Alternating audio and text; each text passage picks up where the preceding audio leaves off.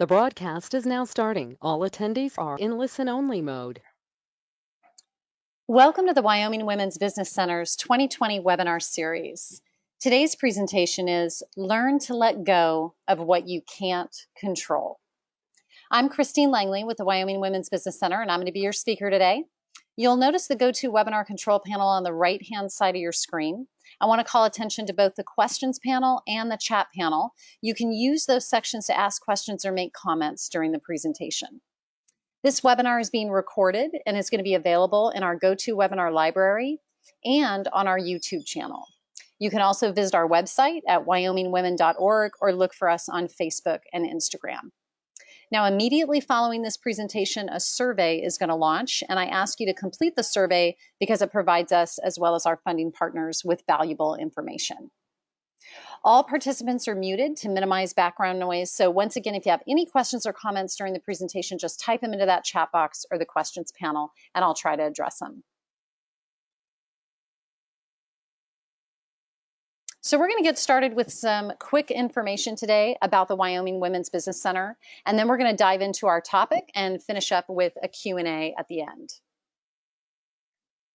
The WWBC is a nonprofit organization whose mission is to enable and empower Wyoming entrepreneurs with a special emphasis on women who are economically or socially disadvantaged. And we do that through three distinct programs. The first is our business counseling and training program, which is always free. The second is our microfinance programs, which offer microloans and individual development accounts. And then the third is the Artist Development Center. And we run that in conjunction with our Works of Wyoming store and Art Connect Gallery in downtown Laramie. So you'll notice there's a fourth program listed called the COVID-19 Support Program. And this webinar series is actually being brought to you today from this special support program that just launched.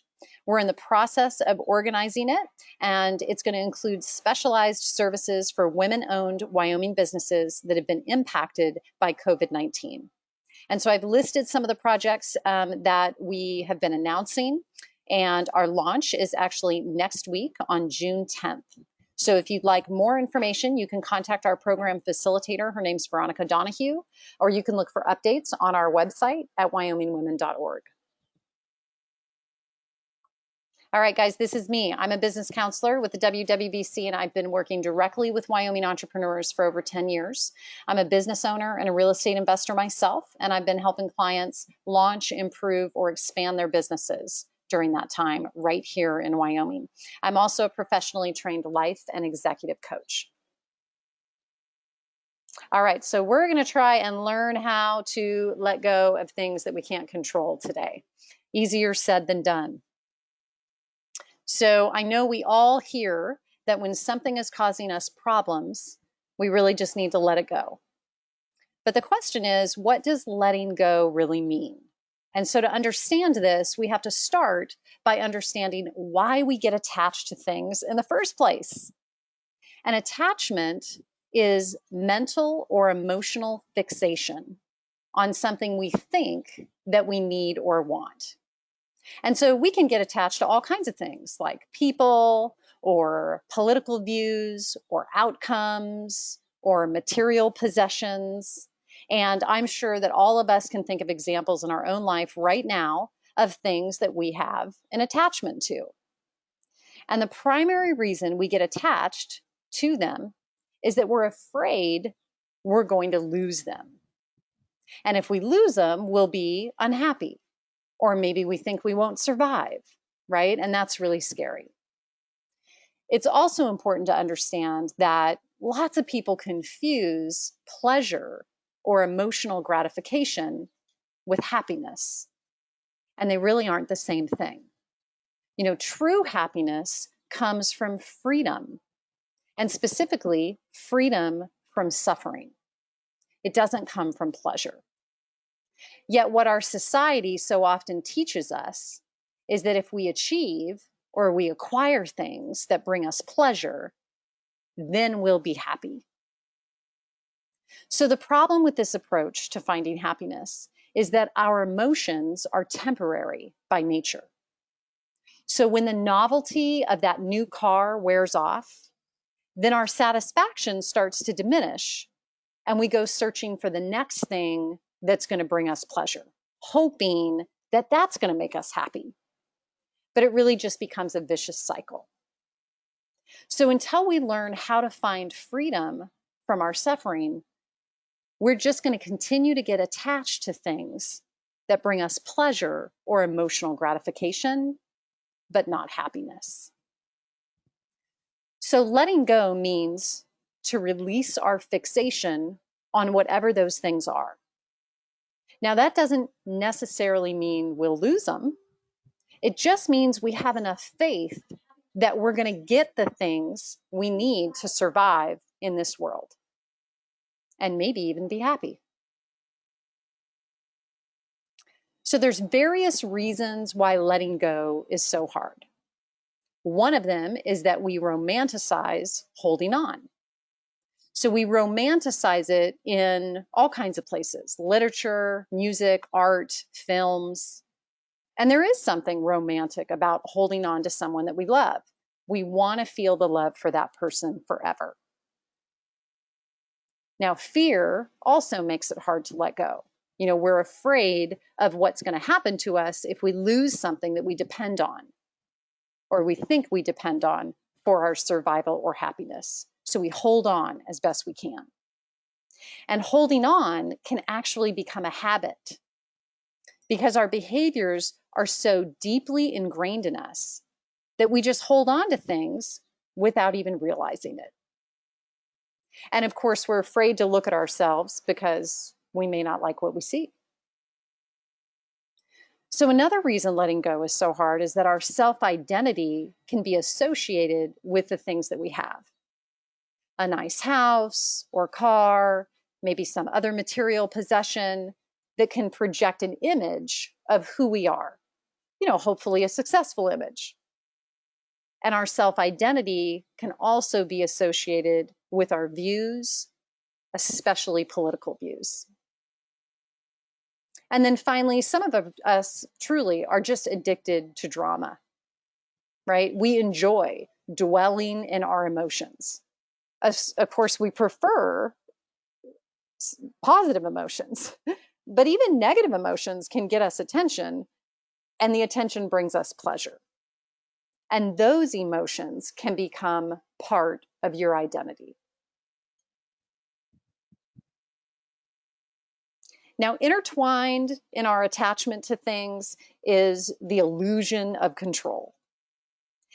And we often believe that if we get all the material things and circumstances just right, if I can just get all 7 of my plates spinning at the same time, then I'm going to be happy. But how many times have you told yourself, if you can just get that one thing or secure that one job, then you're going to be fulfilled? So we try to manipulate people and circumstances in order to get the things that we want. The problem with this way of thinking is that nothing in life is permanent. And certainly this global pandemic has taught us that, right? Nothing ever stays the same. We get attached to certain things we like, and then we expect them to stay that way. And that expectation is always going to lead to disappointment. So in reality, the only thing we have control over is ourselves. But we act as if we have control over other people and not ourselves. The truth is that you and you alone are responsible for your own happiness. And that means everyone else in your life is also responsible for their own happiness. And this can be a really hard lesson, and one that probably needs to be reiterated for many of us over and over again. And so if you struggle with this, I encourage you to post some notes for yourself where you'll see this every day. Write a note that says, I am responsible for my own happiness. And if you'll repeat this mantra to yourself daily, it's going to slowly sink in for you that you are, in fact, in control of your fixations and emotions. and you're in control of your own happiness. So, why should we learn to let go, right? Why are we doing this? Well, there's a variety of reasons, and the top three are freedom, better relationships, and continued personal growth. So, let's just start with freedom, okay? Letting go can certainly lead to freedom.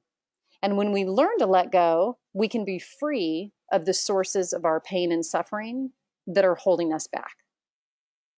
Because we often hang on to things that are no longer serving us, especially unhealthy relationships. So maybe at one time we were benefiting from a particular relationship. But a lot of times when people grow, they grow apart, and that's okay. It just means it may be time to move on. The next reason is better relationships. A healthy relationship is one where both partners have the freedom to be who they are. And those who hold on to their partners too tightly don't allow them to be free. And they smother them and they try to mold them into their ideal partner. But when we let go of our partners, it doesn't mean they'll leave us. We just allow them to be who they want to be. And then it's up to us to love them for who they are. So when you learn to let go, you're going to attract healthier people into your life. And that's because healthy people don't want to be around someone who will smother them. And then lastly, continued personal growth. So if we hold on to something, it means we can't move forward. We can't grow emotionally if we hold on to something that we think brings us happiness. If you keep holding on to things around you, then you're going to remain stuck in the past because things always are changing. So as you learn to let go, your self-esteem and your self-confidence is going to grow too. And when you realize that you won't die from letting go of things you thought you needed, you're going to be able to pursue things that are a lot healthier for you.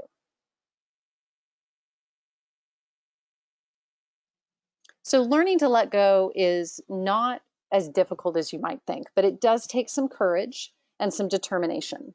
So I just want to list off a few tips to help you. My number one tip is to stop blaming other people. So a lot of times we blame others for our misfortunes. And in those cases, we feel we're the victims of others' injustices.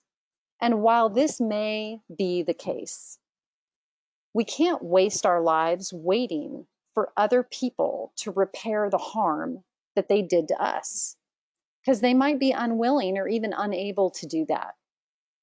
And so it's up to us, again, to take responsibility for our own happiness. Don't wait for others to fix it or to fix you. Don't wait for them to act before you start living your life. Make a decision to let go. So I once heard someone say how easy it was for him to quit smoking once he made the decision. And we often say we want to change something in our life, but we make sort of a half-hearted effort. And so if you really want to make a change in your life, then you have to get serious about it. And that starts with making a decision to do it. So I find that it helps if I put that decision down in writing. So write a statement like, I've decided to let go of X. I realize that holding on to this is preventing me from growing and being happy. And then you can expand on this by listing more of the benefits you'll receive and how you look forward to a new chapter in your life. Once you've written your decision statement, I want you to print it. If you did it on the computer, I want you to post it someplace where you see it every day. Copy it by hand in a notebook regularly. Have some kind of a notepad, near where you sleep or in your car. Do it once a day until you're absolutely certain you're not going to go back. You've convinced your subconscious mind that you're letting that go.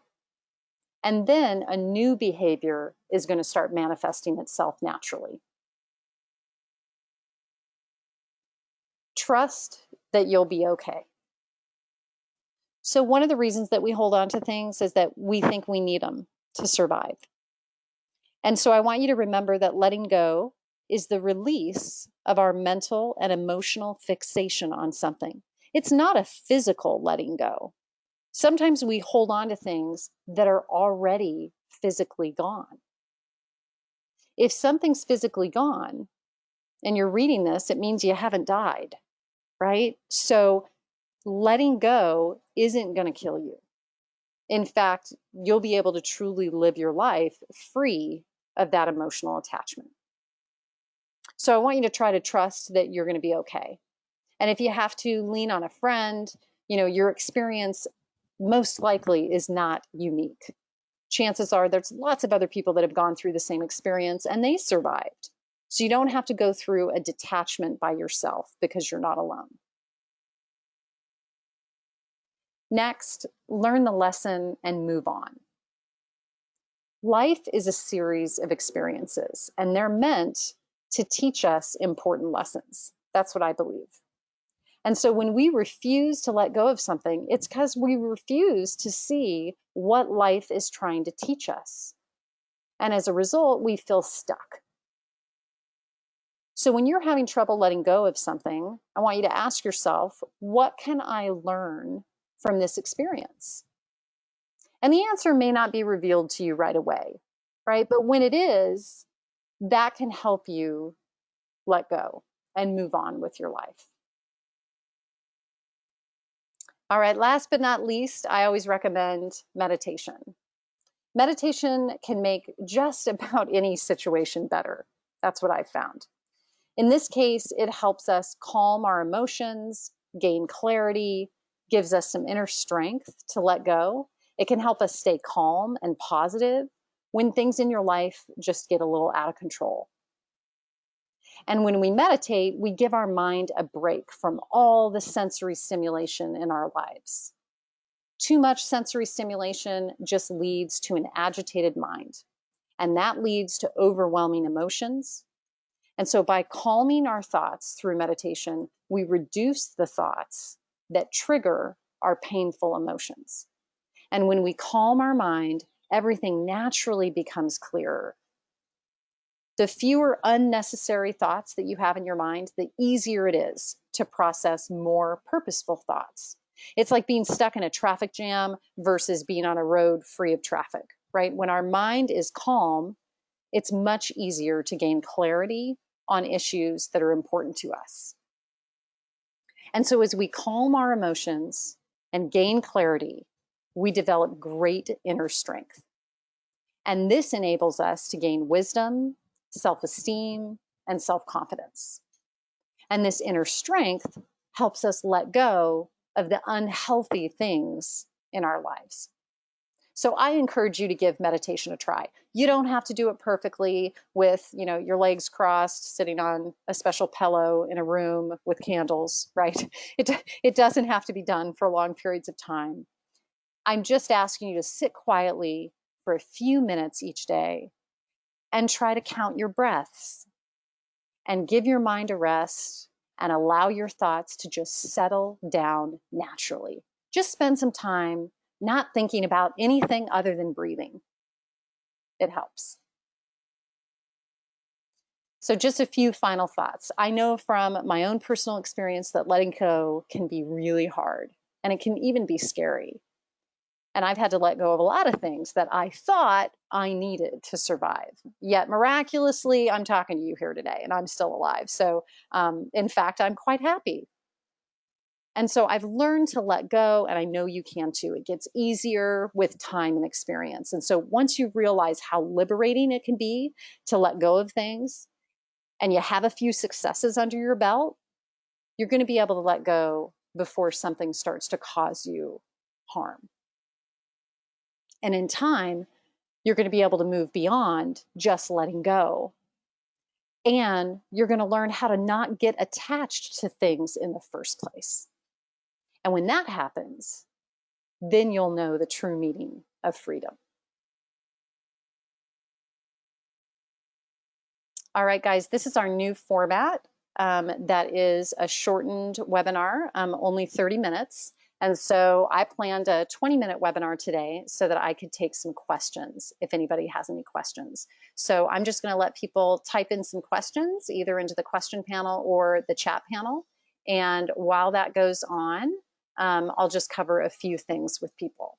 So the WWBC is made possible through several partnership agencies. So the reason that you're on this complimentary webinar today is because our funding partners right here on this page. So big shout out to the Small Business Administration, which is the funding partner for the COVID-19 support program. This is contact information for the WWBC if you ever want to reach out to any of us, either in the COVID-19 support program or just our general business counselors at WWBC. Here's the contact information to do this. Our counseling is always free. And last but not least, I ask you to complete the survey when we close out this webinar. And we do have another webinar coming up. Obviously, today's webinar is the June 4th, but I don't have confirmation on dates yet, so I didn't list that. Okay, guys, back to questions. Looks like we've got a couple. The first one is, what meditation music do you like the best? So that's interesting. I don't actually use music when I meditate. I just try to personally get into a quiet space. And then sometimes I use a guided meditation. So there's lots of different apps that you can download. One of my favorites when I was first learning was called Headspace. It's a pretty inexpensive monthly app and kind of takes you through the process of learning how to meditate. All right. Another question is, how do you form meaningful relationships with other people without attachments? So meaningful relationships and codependency, two different things, right? So I guess my question back to you would be, what do you view as attachment, right? Attachment is a big word in this sense. From this presentation that I gave, I mean unhealthy attachments, right? Attachments that cause you fear or anxiety that you're going to lose something from the relationship. So my number one goal in relationships that I have with adults, whether that's my spousal relationship or a friendship or an extended family relationship, is that it's an adult relationship that's based on like, trust, and respect. And if it's based on that, and I feel like it's a symbiotic relationship where we're both growing and we're both receiving and giving in the relationship, then I feel like it's healthy. So I hope that answered that question. All right, and I got thanks, great reminders, and much needed during this time. Absolutely, I hope so. So I want you all to be well. I want you all to take care of yourself, and remember that you're not by yourself during this time. And if you need to reach out to someone, I hope you will. All the best. Have a great week. Thanks, everybody. Stay tuned for the survey. We love to hear your feedback.